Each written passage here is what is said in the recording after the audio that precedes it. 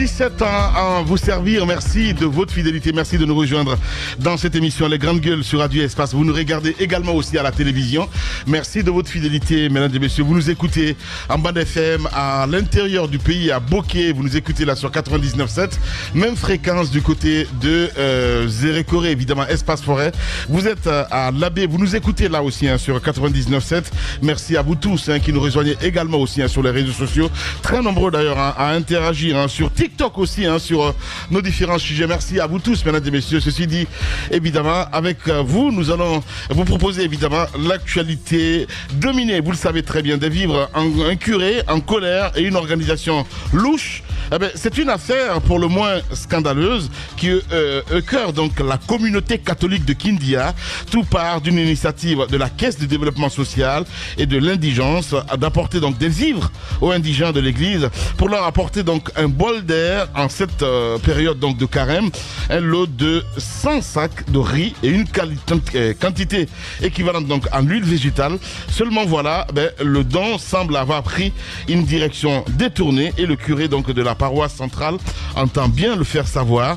Père Philippe Mpuna, curé donc de la paroisse Saint-Croix de Kindia, il sera avec nous ce matin dans cette émission Les Grandes Gueules sur Radio Espace Guinée. L'affaire Charles White, on en parle ce matin, ça va très loin, de connaître donc son épilogue. Depuis l'apparition donc d'images indécentes sur l'ancien ministre d'État, le procureur d'instance de Kaloum a initié donc une enquête pour établir la responsabilité des fuites. Depuis plusieurs journalistes dont Jacques Lewa Leno et Mohamed Mara ont fait donc l'objet de convocations donc à l'OPROGEM. Après des longues auditions, nos camarades donc sont répartis dépouillés donc de leur téléphone. Des faits qui font suite à la sortie du ministre Charles qui a cru donc devoir répondre à son épouse. Les GG reviennent sur cette actualité ce matin. Mesdames et messieurs, encore une fois, merci de nous rejoindre. D'autres news viendront s'ajouter à tout ceci.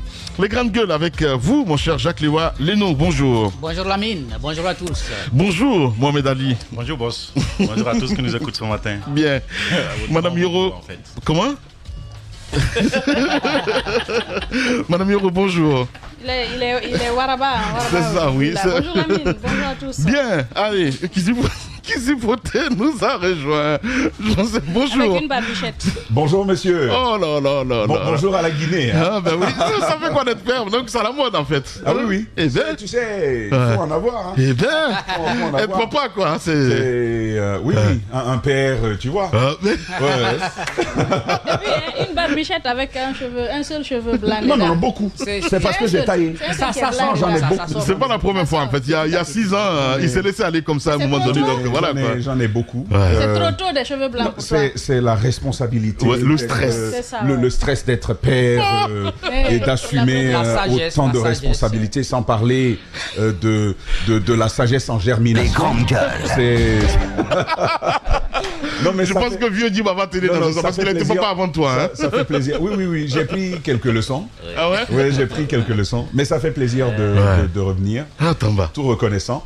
Bon, même si j'arrive dans ce contexte. Merci beaucoup. Diba, bonjour. Bienvenue. Bonjour Lamine et bonjour à tous.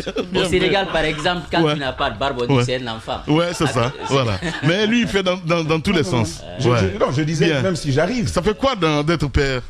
Donc c'est surtout le contexte. C'est surtout le contexte d'intelligence artificielle le problème. Sinon, moi ça va. Je vais vraiment très bien. Je n'en parle plus. Ah, t'as quoi? Tamba Zakari Milimono. Mais ce garçon, c'est pas possible. Je sais pas maintenant qu'est-ce qu'il faut faire avec lui, sincèrement. Non. Il est là, vous qui vous disiez, il est où Tamba? Parce qu'il y a un technicien qui m'a interpellé, et puis voilà quoi. Allez, on s'intéresse évidemment à l'actualité, Mohamed Ali. On en parle encore une fois. Hier, vous étiez sur le plateau de cette émission. Je sais pas pourquoi vous appelez brouillé, le plateau des brouillés, c'est ça? Mais plutôt le plateau des pirates. Parce qu'on nous pirate. On n'est pas brouillé, on nous pirate. Ok. Voilà, et ça c'est très important. Alors on était sur le plateau des pirates. Voilà, c'est ça. C'est une initiative. Ouais. C'est la 2e semaine. Les grandes gueules. Je L'État est pense, devenu pirate dans son propre pays. C'est ça. Bon, enfin, on prend brouillé pirate. De toutes les façons, on n'arrive pas à émettre, on ne nous écoute pas partout. Ouais. Par la faute de l'État, justement, parce que vous comprendrez qu'on met souvent de la musique sur nos fréquences et surtout en ce qui concerne les télévisions, on est descendu des bouquets de diffusion. Donc beaucoup de citoyens guinéens aujourd'hui n'arrivent plus à suivre les programmes des différentes télés, des principales télés de la Guinée. Et c'est ainsi que les patrons des médias, parce qu'il faut le dire comme ça, les patrons de médias ont permis quand même qu'il y ait une synergie d'action entre ces médias qui sont brouillés, notamment Adafo Média, groupe Évasion, groupe Joma et FIM et le groupe Fréquence Internationale, FIM, voilà. Donc les groupes Fréquence Média, donc les 4 se sont mis ensemble. Chaque lundi, pendant 2 heures, on essaye de faire une émission commune et donner la parole aux différents acteurs et diffuser sur tous les canaux en même temps. C'est une sorte de synergie qui doit permettre effectivement d'interpeller, en plus des autorités, les auditeurs qui nous écoutent pour dire effectivement qu'aujourd'hui on a un problème. Ce n'est pas que le problème des journalistes, ce n'est pas que le problème des patrons de presse, c'est aussi le problème, c'est aussi un problème de liberté de la presse, c'est aussi un problème de liberté d'expression, c'est surtout un problème d'un État qui se saborde lui-même, en fait, j'ai envie de dire. Donc du coup cette action, c'est la deuxième semaine hier lundi. Vous savez, pour la première fois, ça s'est axé, les émissions ont abordé amplement le cas Pendessa, et juste après l'émission, on va dire ça comme ça, peut-être ça a un lien ou pas, mais le procès de Pendessa a été accéléré et finalement il a été libéré. Donc hier, on a aussi évoqué surtout les difficultés liées aux médias à l'intérieur du pays, parce que vous voyez, à Conakry, on arrive quand même à trouver des répondants, des invités, etc. On arrive à fonctionner mieux que ceux de l'intérieur. Les médias à l'intérieur, donc les détachements, les antennes d'Adafo à l'intérieur par exemple, et des autres médias à l'intérieur, aujourd'hui sont confrontés à plus de difficultés parce que ces antennes-là sont blacklistées par les autorités locales qui se trouvent à l'intérieur du pays. Et vous savez, il n'y a d'activité que celle de ces autorités-là à l'intérieur du pays. Donc aujourd'hui, ces autorités ne veulent plus parler à ces antennes sous prétexte ils ont reçu de consignes. Les grandes gueules. À l'intérieur, les antennes se meurent peu à peu, et donc il fallait aborder cette autre question hier. Et on espère que d'ici la semaine prochaine, il n'y aura pas de troisième synergie, parce que ça voudrait dire que la situation n'a pas changé. Donc on espère que d'ici là, effectivement, l'État acceptera de négocier et expliquer effectivement pourquoi nous sommes brouillés et accepter la solution qu'on proposera et que nous proposons tous afin que tout redevienne à la normale. C'est ce qui s'est passé hier. Justement, avec des invités comme Pendessa, j'ai vu aussi ce syndicaliste sur le plateau. Il était important que ces invités-là soient là hier. Pendessa, parce que c'est lui qui est allé en prison pour avoir demandé à ce qu'on lève la restriction sur les médias et sur Internet. Il a été libéré, donc on l'a invité hier, il est venu prendre la parole et il a donné son avis sur les différents sujets. Et il n'était pas seul, il était avec le secrétaire général de la FESABAG, en même temps de l'USTG. Lui, il fait partie des plateformes des 13 centrales qui ont signé le mot d'ordre de grève et qui l'ont déclenché la semaine dernière pour 3 jours. Donc ils sont venus nous expliquer où en sommes-nous concrètement, qu'est-ce qu'ils ont eu à faire depuis. Hier, à travers leur intervention, on a compris effectivement que des négociations sont engagées avec l'institution chargée. On a même compris que le Premier ministre Baouri, le nouveau Premier ministre, grandes gueules, s'est chargé du dossier, mais il a pour le moment laissé la main au Conseil national du dialogue social, à l'issue duquel lui-même il invitera les acteurs afin de proposer, afin de trouver une solution idoine à la situation. On a également abordé, peut-être qu'on en parlera un peu plus tard, cette communication, ce communiqué de la HAC, qui prend acte de la libération de Pendessa, ce qui n'a pas laissé Pendessa muet, parce qu'il s'est exprimé là-dessus. Il a estimé que la HAC en elle-même est un problème, donc c'est une partie prenante dans le conflit. C'est la HAC qui a signé le communiqué qui a descendu, si on peut dire ça comme ça, la décision qui a enlevé les télévisions des différents bouquets. Donc la HAC ne peut pas... Les grandes gueules. Il estime que la HAC ne s'est jamais prononcé, ne s'est même pas approché de son dossier depuis qu'il était en prison. Donc pour lui, c'est simplement une récupération. communication. Donc voilà entre autres sujets que nous avons abordés. L'émission était animée par Diba sur le plateau de Dioma TV. C'était par endroits une belle image de solidarité entre journalistes, mais surtout entre médias pour réussir à juguler un problème qui nous assaille tous. Ouais, allez, Mohamed Ali, évidemment. Allez-y, Jacques Liwa. Oui, pardon, mon grand. Allez, vas-y. C'est juste une actualité que j'ai suivie avec vous, quotidiennement. Avec vous, ma maison, mais avec les autres camarades des émissions, les brouillés qui en sont nés. Et je ne croyais pas qu'après 2 mois, on en serait... après 2 mois que je suis parti et que je revienne, je ne croyais pas qu'on en serait là. À ce niveau-là. À ce niveau. Ouais. Vous savez, la dignité humaine, il y a ces dimensions-là qu'il faut respecter. Et une fois qu'on y a mis le pied, il ne faut pas s'étonner d'une quelconque réaction qui viendrait derrière. Il y a son bas-ventre qu'il préserve avec beaucoup d'intimité, mais aussi beaucoup de jalousie. Il y a le ventre qui est également quelque chose, mais il y a l'esprit. L'esprit, c'est la liberté de penser. L'esprit, c'est la liberté de dire. Alors, quand vous pouvez jouer sur les 2 premiers aspects, mais je vous dis que l'être humain est encore plus attaché à sa liberté de penser et à sa liberté de dire ce qu'il pense. Parce qu'on expie sa douleur en parlant, en l'exprimant. Les grandes gueules. On expie. C'est un exutoire, c'est la possibilité pour nous de dire j'ai mal.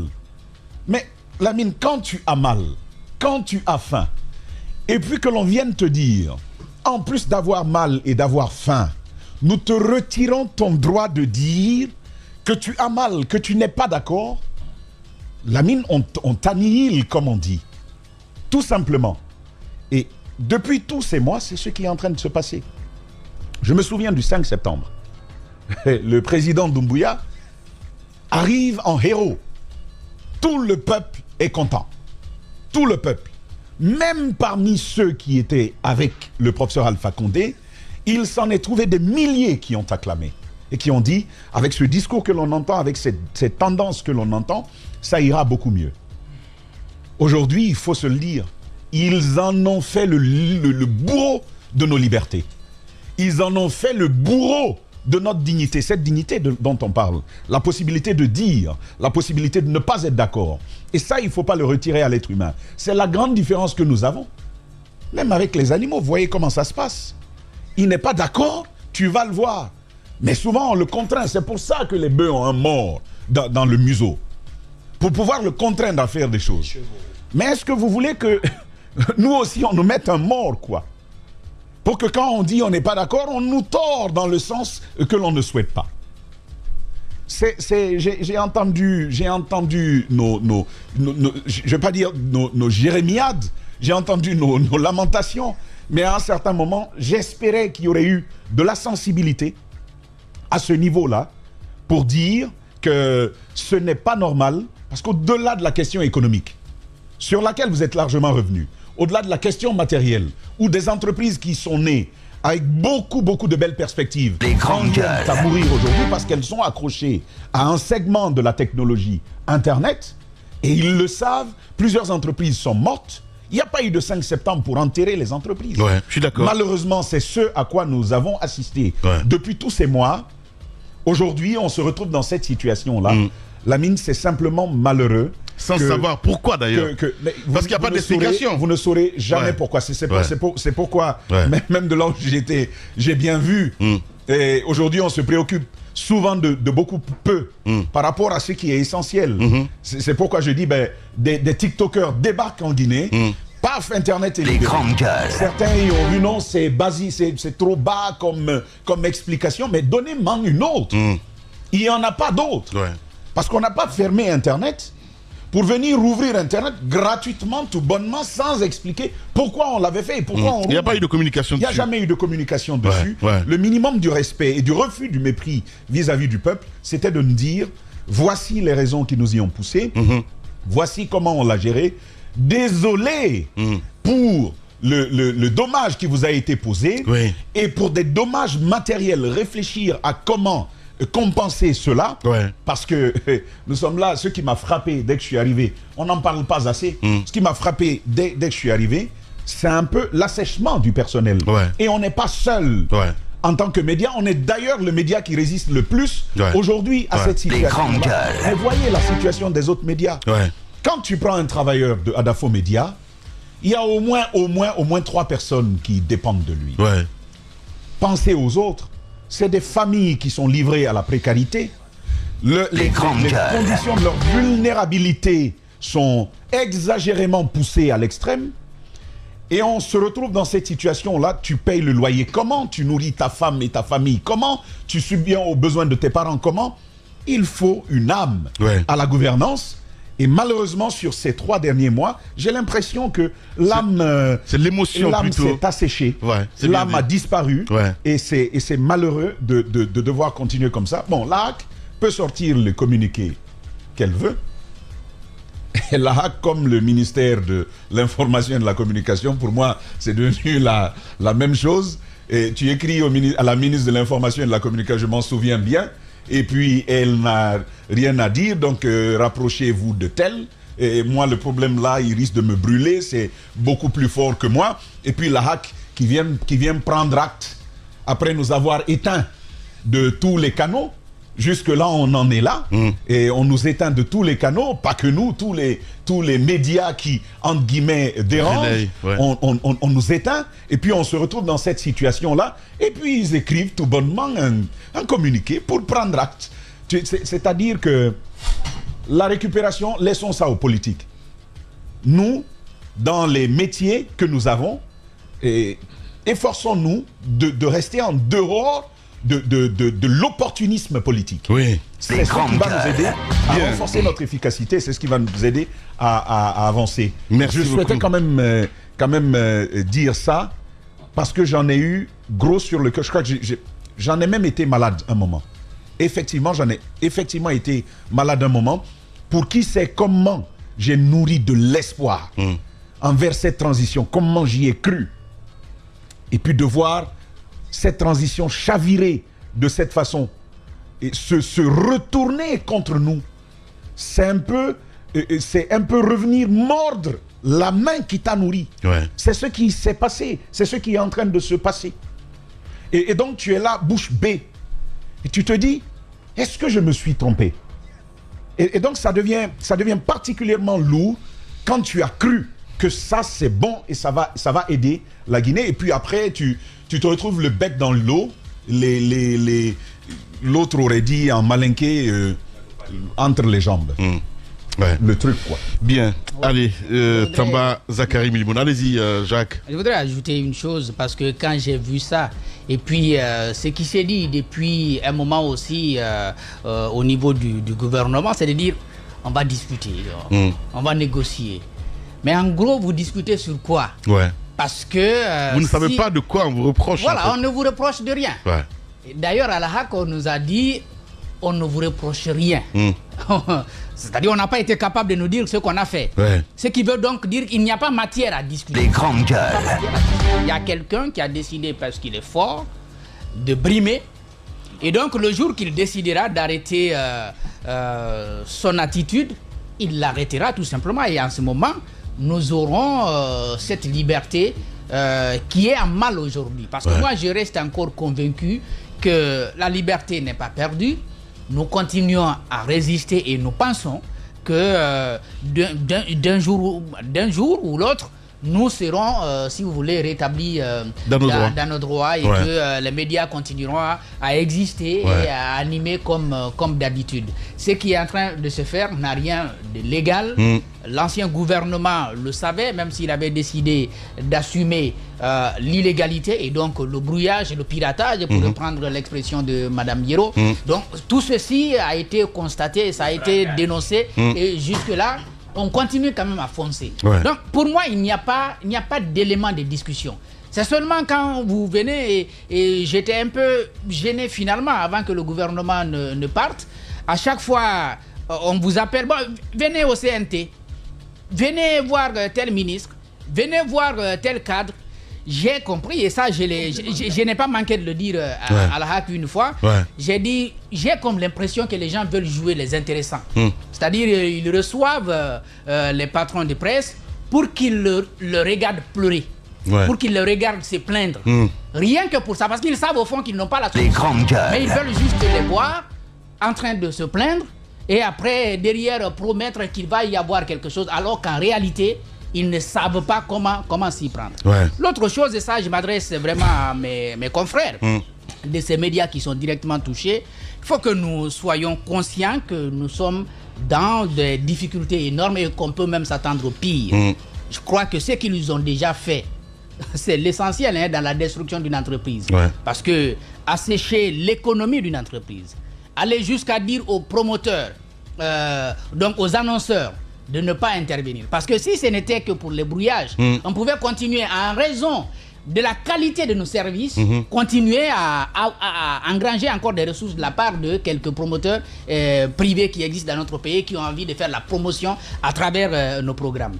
Mais il y a également des informations qui vont en direction de certains, les interdisant de communiquer chez nous. Donc, le crime, il est déjà grand. Il y a donc une démarche bien claire pour détruire les entreprises.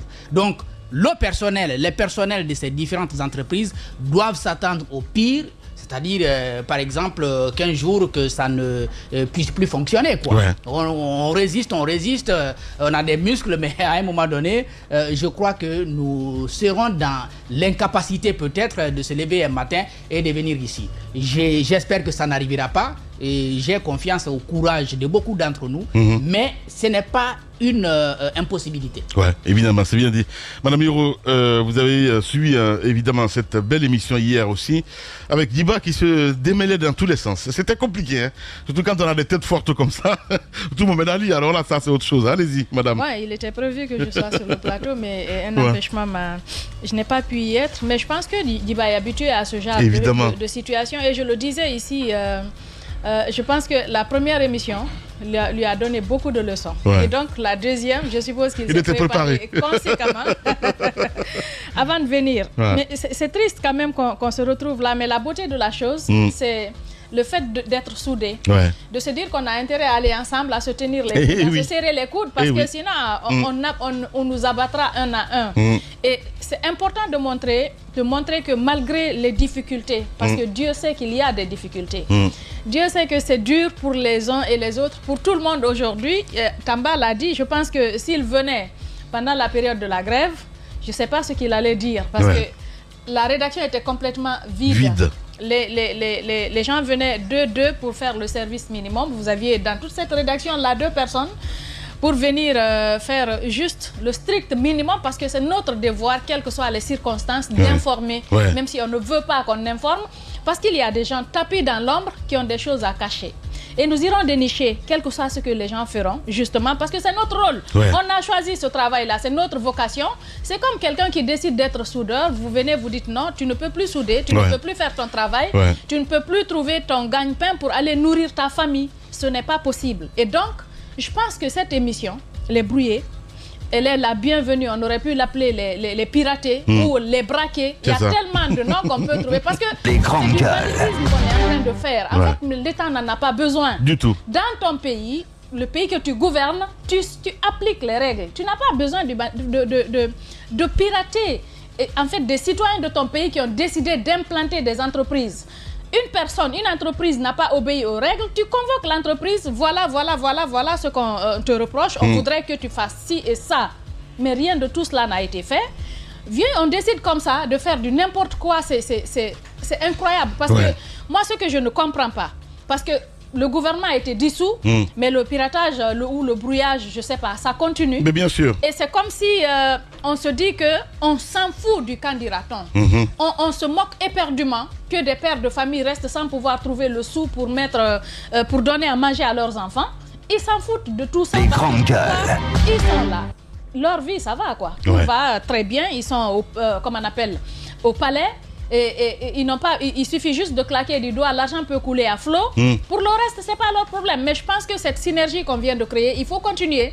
Il faut continuer à mener le combat, parce que ce n'est pas possible qu'on fléchisse qu'on fléchisse, qu'on courbe l'échine. Parce que c'est ce qu'on veut, nous ridiculiser, dire aux gens, non, vous n'avez pas frappé à telle porte, vous n'avez pas frappé à telle autre porte. Il y en a même des ministres qui ont dit, non, moi, vous m'en avez pas parlé. Pourquoi on leur en parlerait? Comme s'ils n'étaient pas en République de Guinée. Merci beaucoup, madame. Allez-y, Diba Milimono.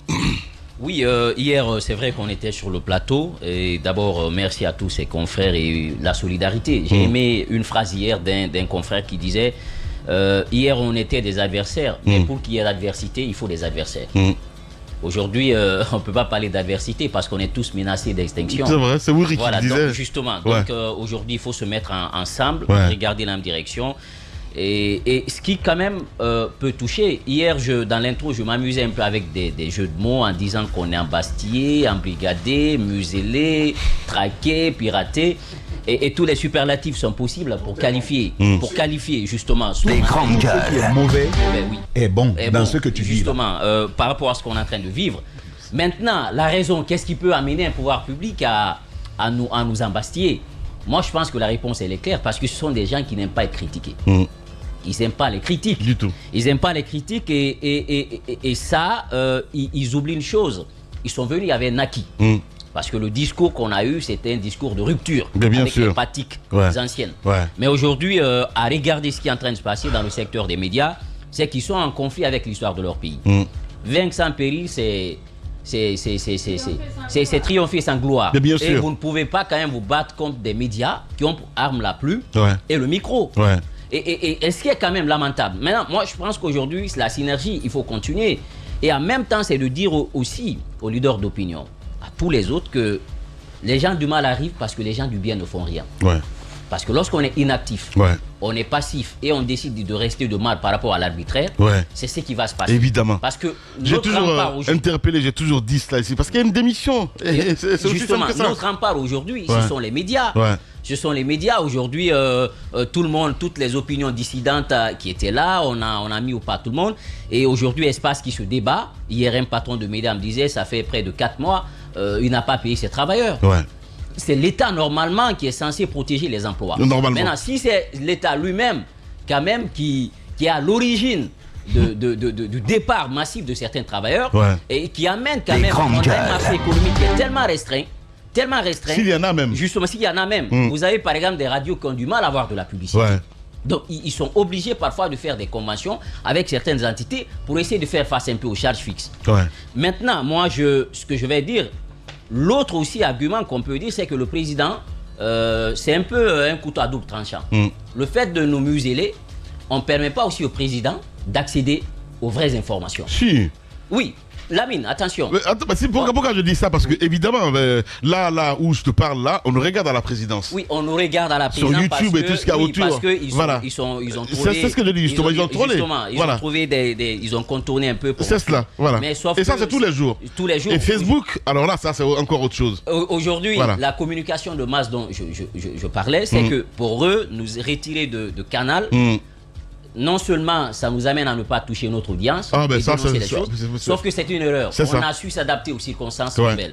C'est ça aussi une entreprise. Parce que si vous n'avez pas la faculté de vous adapter aux circonstances nouvelles, les grandes gueules de la scène. Et aujourd'hui, je pense qu'ils nous suivent, même si ceux qui ont été dissous, il y a des ministres, on sait, qui ont quand même accès à ça et qui ont mis aussi le coup de pied sur l'accélérateur pour qu'on nous retire.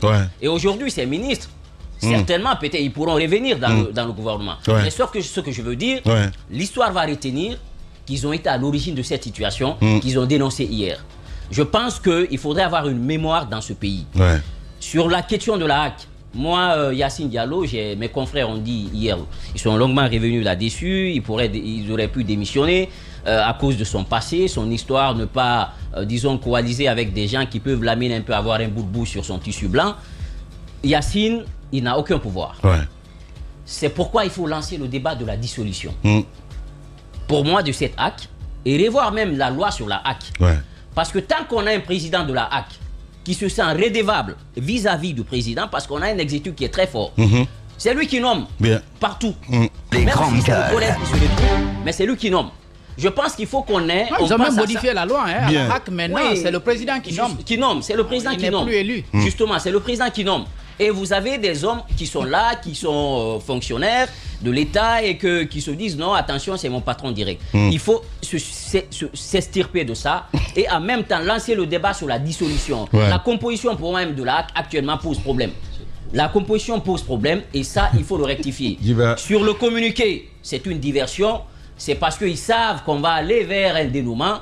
Donc, il faut présenter une contre-image parce que ce qui s'est passé, ils se sont rendus complices de la situation qu'on est en train de vivre aujourd'hui. Parce qu'à un moment donné, la HAC, au-delà d'un organe de régulation, mais c'est aussi une institution, lorsqu'on viole les libertés individuelles, lorsqu'on viole la liberté d'expression, la HAC, normalement, doit monter au créneau pour le dénoncer. Ils l'ont pas fait. Maintenant, le piège qu'il faut éviter, c'est de prendre les négociations dans l'escarcelle du syndicat et ramener ça à la primature. Parce que dire que le PM, dans son communiqué, ils disent que nous prenons acte de la libération de Sékou Bendessa sur décision de justice, de la suspension. Nous invitons le nouveau Premier ministre à ouvrir un couloir pour pouvoir dialoguer autour de la question liée aux médias. Il ne faut pas le faire.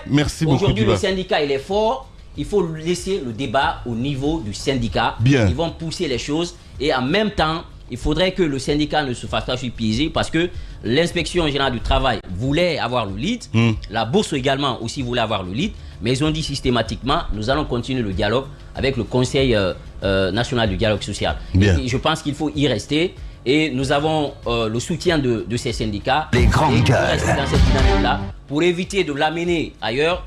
Parce que si on amène ailleurs, on risque de perdre un peu ce combat. Merci beaucoup Diba. Voilà, le message est passé. Allez-y Mohamed Mara. Voilà. Bonjour Lamine, bonjour à tous. Moi j'aimerais d'abord m'incliner pieusement devant la mémoire des jeunes qui sont tombés la semaine dernière. Parce que nos gouvernants ont voulu qu'il y ait des victimes encore, simplement pour réclamer des droits. Des jeunes sont morts simplement parce qu'ils ont demandé qu'on arrête de brouiller les médias. Moi, en tant que journaliste, ça me touche énormément. Des jeunes sont morts parce qu'ils ont demandé qu'on cesse de verrouiller l'espace public à travers les réseaux sociaux. Des jeunes sont morts en demandant des droits qui sont déjà acquis. Reprochez tout ce que vous voulez à M. Alpha Condé, malgré les dérives, surtout vers la fin, mais on a su préserver l'essentiel. On avait le droit de dénoncer ce qui n'était pas bon. On avait le droit de dénoncer. Ceux-ci font plus mal qu'Alpha Condé et ils ne veulent pas qu'on le dise. Deuxième chose, le mal est déjà fait. Le mal est déjà fait. Même si aujourd'hui, vous débloquez l'ensemble des fréquences, la plupart des médias vont mourir. Il faudrait bien que les gens le comprennent. On est arrivé au point de non-retour. Le point de rupture a été atteint déjà par la plupart des médias. Ce mois de mars, plus tard mois d'avril, il faut le dire, on verra la fumée au-dessus de la plupart des entreprises, des grosses entreprises. Ce qui est étonnant, même les petites entreprises n'ont pas su profiter. Celles qui ne sont pas brouillées n'ont pas profité du climat actuel. En fait, au début, il y a ces patrons de petits médias qui pensaient que ça ferait leurs affaires. On les entendait dans leurs émissions avec des tons endiablés. Ils n'en ont pas bénéficié. Ils n'en ont pas bénéficié. Parce que les Guinéens ont des atomes crochus avec ces médias-là qu'on a brouillés. C'est la preuve que le CNRD est en déphasage avec l'attente des Guinéens. Donc, ce que je dis, c'est que les syndicats, aujourd'hui, s'il faut renégocier avec les médias, moi, je ne veux pas que les patrons de presse soient autour de la table. On n'a rien à négocier dans la mesure où c'est la loi qui s'impose à nous. Cette loi, ce n'est pas nous qui la violons, c'est le gouvernement, c'est le CNRD qui sont en train de violer cette loi. On ne peut pas aller renégocier notre liberté. Ce qu'il faut renégocier aujourd'hui, à mon avis, et ça le syndicat doit nous entendre là-dessus, c'est quand même curieux que les patrons de presse que nous sommes, nous demandions ça aussi aux syndiqués, aux représentants des syndiqués. Il faut exiger un dédommagement. Je vous assure, si rien n'est fait, même si on rouvre les vannes, les charges des médias vont exploser avec les effectifs. C'est clair, et ça va accélérer leur asphyxie. Il y a eu de l'accumulation, c'est comme une dette intérieure. Exactement. Ça s'alourdit pour nous. il y a une accumulation des dettes au niveau des salaires, au niveau des fournisseurs, parce que non, les fournisseurs, parce qu'il y a quelque chose d'abord qui échappe beaucoup aux gens.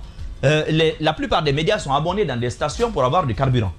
Les stations ne donnent plus, pour une raison simple, le CNRD a pris le contrôle sur les stations. L'essence qui y vient est vendue sous son contrôle strict.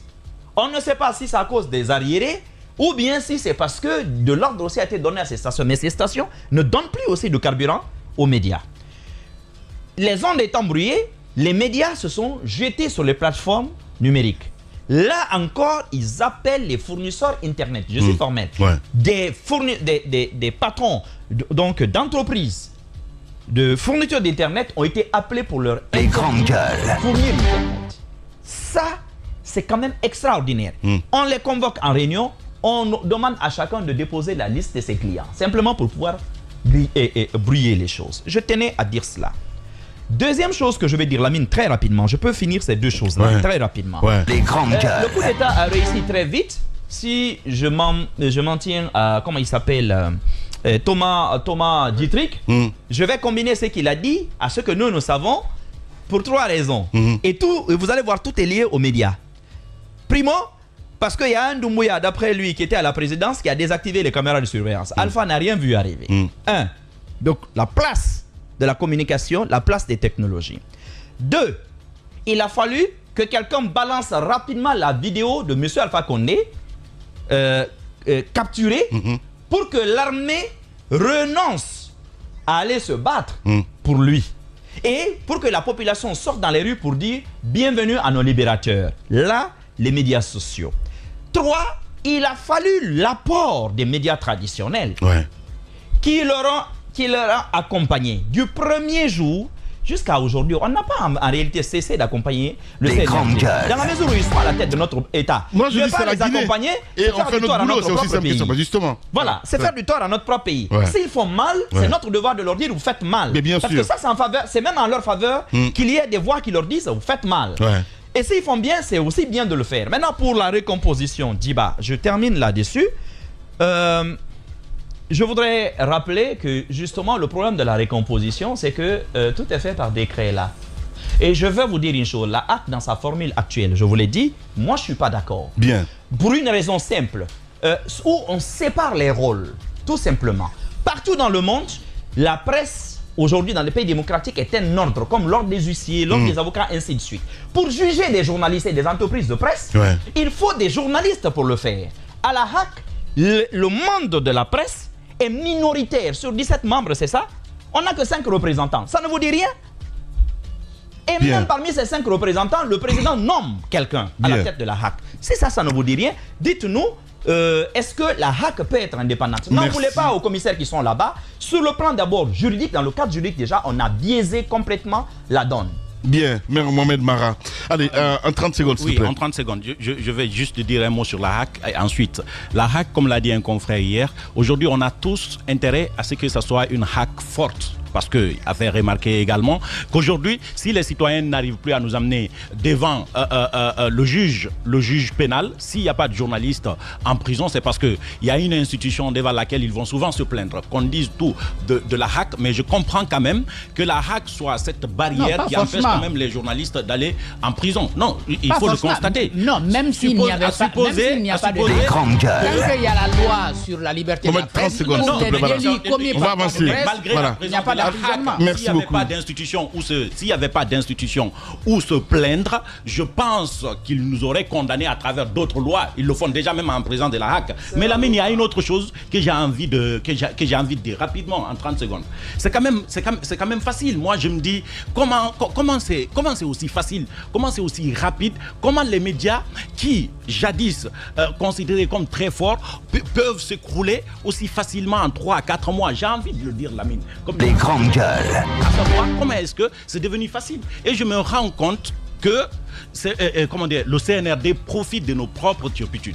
Je suis en train de dire que lorsqu'ils sont arrivés au pouvoir, j'entends le mea culpa de Tamba tout de suite. C'est interpellatif pour moi. Parce que quand ils sont venus, tout le monde est allé chercher son management de ce côté. Et pour trouver ton management, tu es obligé de dire quelque chose sur ton oui. Tu es obligé de lui dire, il est comme si on les a dévoilé nos propres faiblesses, Lamine. Vrai ou faux, mais c'est comme ça. Voilà. Non, mais c'est ce que je trouve comme explication. Et quand vous écoutez les uns et les autres, qu'on le dise, si nous sortons de l'hypocrisie, on sait que chacun se trouve dedans en fait. Chacun est allé chercher son management, comme le disent les Voiles à un moment donné. Merci beaucoup, Mohamed Ali. C'est ça qu'ils sont en train de profiter justement. Mais il peut pas à part cela, aujourd'hui, c'est son management là-bas. Non, je veux dire, le verre se trouve à l'intérieur. Mais bien sûr, poison. Je suis d'accord. À part cela, ça, ce sont des aspects liés aux personnes en réalité. Et qui ne sont pas la survie des médias. Attends, s'il te plaît. Et qui ne sont pas plus importants que des questions structurelles liées à la survie des médias. L'assiette publicitaire en Guinée, de quoi nous vivons? Justement, Diba a évoqué la culture même de la on s'en fout. C'est ailleurs que ça fonctionne. C'est ailleurs que ça fonctionne. Aujourd'hui, on s'en fout, mais totalement. Donc, il n'y a pas suffisamment. Les gens créent des médias. Et tu sais, les médias ont besoin de vivre de ressources. Alors qu'il n'y a pas suffisamment pour faire vivre les médias qui existent déjà. Il y a une sorte de pléthore qui existe. Et à mon avis, moi, j'inviterais... Il y a quelque temps, il y a un des parents à nous qui souhaitait créer un média. Les grandes gueules. Je disais à Jacques, dit lui de sortir de cette affaire. Parce que pour pouvoir nourrir régulièrement, sans se compromettre, un média, aujourd'hui en Guinée, mais là, tu as affaire à la croix et à la bannière. C'est pas simple. Ce n'est pas simple du tout. Ce que je voulais dire, Lamine, c'est Mohamed Ali qui m'a amené sur ce sujet, mais la hack. On parle des lois, hein, mais moi je pense que les lois là sont bonnes. Notre problème, ce sont les hommes. La raison est simple. Le principe des décisions à la hack, c'est quoi? Diba, c'est la collégialité. Le président ne peut pas prendre un acte à la hack et l'imposer aux autres. La collégialité suppose qu'une grande majorité des commissaires de la HAC souscrivent à la décision. Le président. Tu vois, laisse-moi juste terminer. Et à la HAC, il y en a qui dépendent directement du président de la République, ça va être le président lui-même. Mais pour le reste, vous êtes venu défendre une corporation. En fait, ce qui se passe à la HAC, c'est ce qui se passait à la CENI. Les gars arrivent à la CENI grâce à l'action des partis politiques. Une fois là-bas, ils regardent d'abord leur salaire, ce qu'ils vont gagner. Et ça, c'est très humain. C'est lié au profil et à la personnalité des gens. Tant qu'on ne va pas régler ça. Parce que notre problème, c'est un problème de société. Tant qu'on n'aura pas réglé ça. Donc ce n'est pas un problème d'institution, mais d'hommes plutôt. Je pense que c'est les hommes. Merci beaucoup. Pour moi, c'est à la fois les hommes, l'institution elle-même et sa composition. Pourquoi? Désactive ton micro, s'il te plaît. Le président, par exemple, il a combien de commissaires à Il a environ, je crois, le président, je pense, envoie 2 personnes, la présidence. La présidence, oui. Envoie 2 personnes. Le président de l'Assemblée, il envoie environ, je crois, 3 ou 2 personnes également. Le ministère des Télécoms a un représentant là-bas. Donc vous avez foncièrement les structures publiques qui ont déjà pris en otage l'institution. L'exécutif, vous comprenez, ils ont déjà pris en otage l'institution. C'est pourquoi pour moi le débat sur la composition de l'AC doit se poser. Pour moi, c'est les médias. Et aujourd'hui, si on regarde les statistiques, c'est quasiment l'État qui est représenté.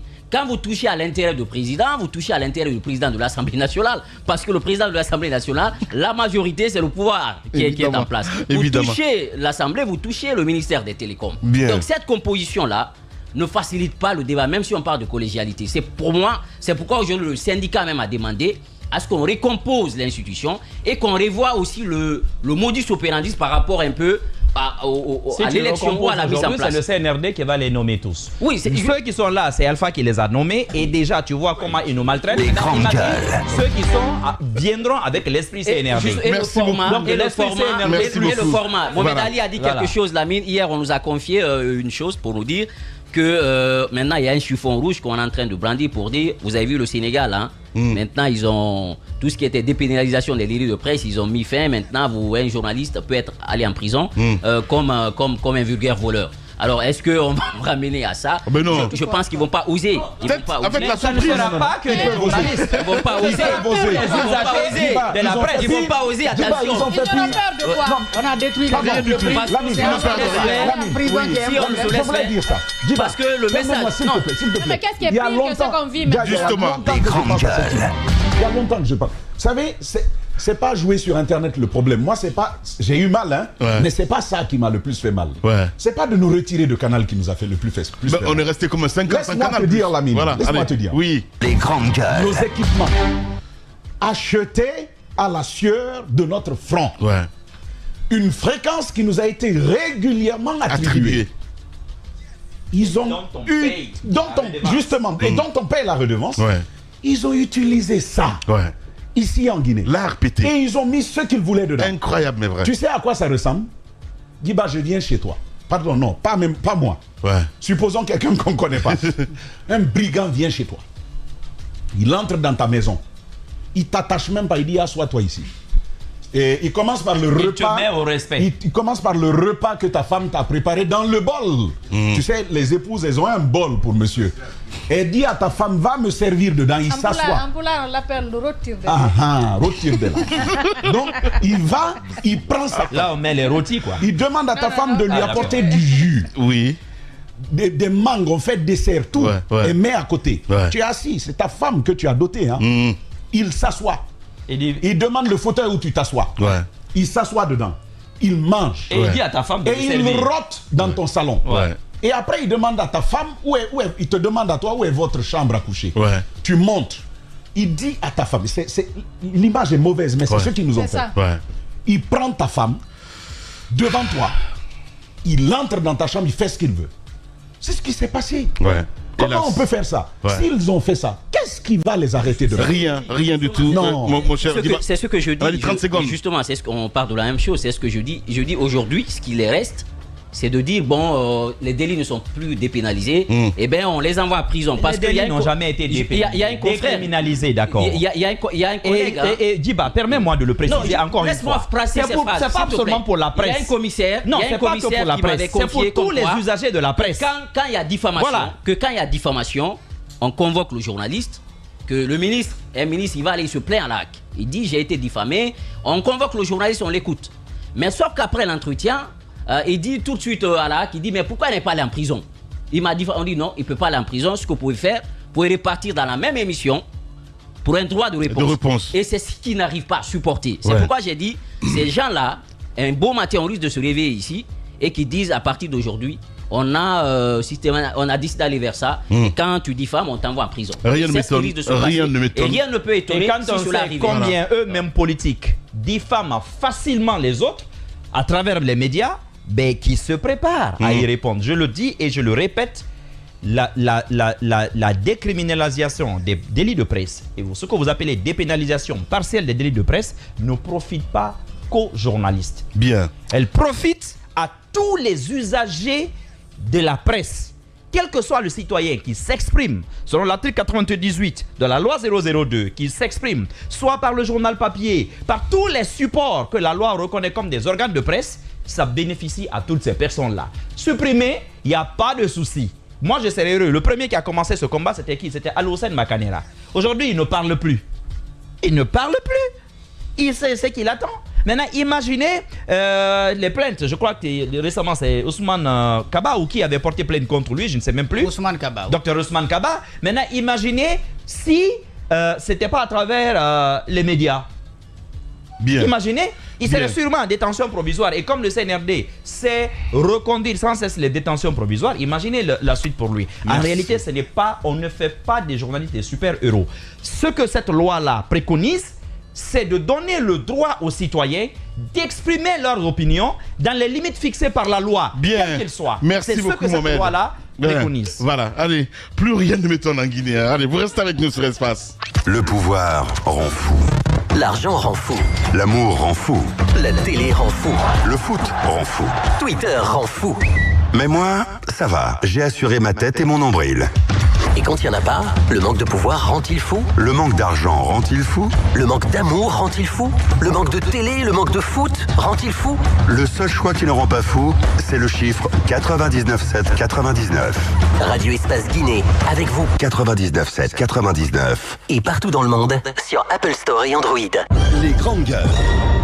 Tout sur les dessous de l'actu. Ici, l'actu rime avec liberté de ton sur Radio Espace. À suivre, mesdames et messieurs, nous irons ce matin du côté de Kindia. Là, cette histoire justement rocambolesque, vous allez comprendre avec Jacques Léo-Aleno, une opération donc de remise de vivres tourne mal. On va essayer de comprendre. Et puis, on s'intéressera évidemment aussi à cette affaire Charles White. L'enquête du procureur donc se poursuit. On va revenir longuement là-dessus, évidemment, avec nos chroniqueurs. Le temps d'une pause, on revient à 10h.